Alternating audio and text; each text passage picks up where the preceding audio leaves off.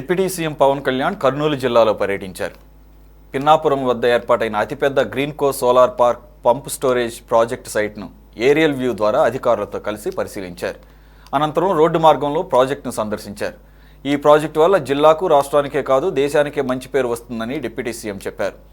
50,000 మందికి ఉపాధి కల్పిస్తున్న గ్రీన్కో కంపెనీకి ధన్యవాదాలు తెలిపారు.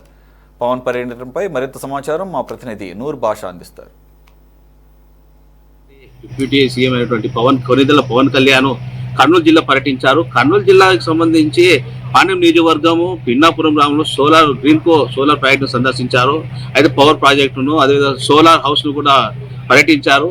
అయితే 2 రోజుల క్రితమే పవన్ కళ్యాణ్ యొక్క పర్యటన కర్నూలు జిల్లాలో ఉండాల్సింది. తిరుపతి జరిగిన ఘటనకు సంబంధించి బాధితుల కుటుంబాలను పరామర్శించేందుకు కర్నూలు జిల్లా సంబంధించిన పర్యటన రద్దు చేసుకున్నారు.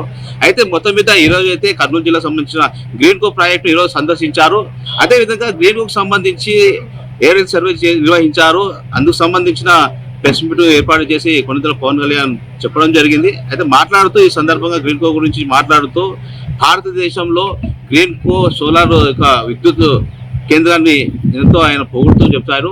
అయితే భారత్లోనే మొట్టమొదటిగా దీన్ని అప్రిషియేట్ చేస్తుంటే అభినందిస్తూ సోలార్ ప్రాజెక్టును దాదాపు 10,000 కోట్లకు పైగా పెట్టుబడి ప్రస్తుతం అయితే పెట్టారు. అయితే రాయలసీమకు సంబంధించిన నంద్యాల, కర్నూలు ఉమ్మడి జిల్లాలలో ఎక్కువ శాతము రైతులకు నిరుపయోగం ఉన్నటువంటి ప్రాంతంగా ఆయన అభివర్ణిస్తూ ఇలాంటి కొండ ప్రాంతంలో దాదాపు కొన్ని వేల మందికి, ఇక్కడ వందల మందికి ఉద్యోగ అవకాశాలను ఇప్పించారు. అదేవిధంగా కొండ ప్రాంతమైనప్పటికీ కూడా దాన్ని ఎంతో విధంగా అంటే సోలార్ సిస్టమ్ ఏర్పాటు చేసి ఇటు రైతులకు ఇటు ఎంతో మందికి ఉపాధిని కల్పిస్తూ నిరుద్యోగతను పోగొడుతూ ఉద్యోగాలను కల్పిస్తున్నటువంటి విషయాన్ని ఆయన తెలియజేస్తూ గ్రీన్కో యొక్క ప్రాజెక్టును ఆయన కొనియాడుతూ అభినందిస్తూ భవిష్యత్తులో భారతదేశానికి ఇది గ్రీన్కో యొక్క అవసరం ఎంతో ఉందని కూడా ఆయన చెప్పుకుంటూ వచ్చారు. అయితే గ్రీన్కోకు సంబంధించి గతంలో కొన్ని ఆరోపణలు ఉన్నాయి. అయితే ఒకవైపు గ్రీన్కో సంబంధించిన భూములలో కొన్ని రెవెన్యూ మరియు మరోవైపు ఫారెస్ట్ సంబంధించిన అంశాలు ఈరోజు పవన్ కళ్యాణ్ చెప్పడం జరిగింది.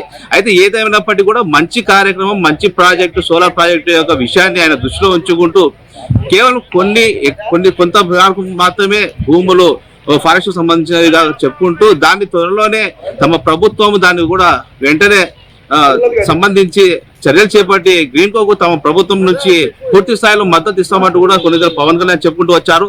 మరోవైపు మాట్లాడుతూ కొన్నిదల పవన్ కళ్యాణ్ గ్రీన్కోకు సంబంధించి అభివృద్ధిలో బాటలు పయనిస్తుంది. తమ ప్రభుత్వం కూడా గ్రీన్కోకు సబ్జెక్ట్ కు సంబంధించి ఈ విద్యుత్ కేంద్రాన్ని కూడా, సోలార్ సిస్టమ్ కేంద్రాన్ని కూడా మరింత సహాయ సహకారాలు తమ ప్రభుత్వం అందిస్తూ కూడా కొన్నిదల పవన్ కళ్యాణ్ చెప్పుకుంటూ వచ్చారు.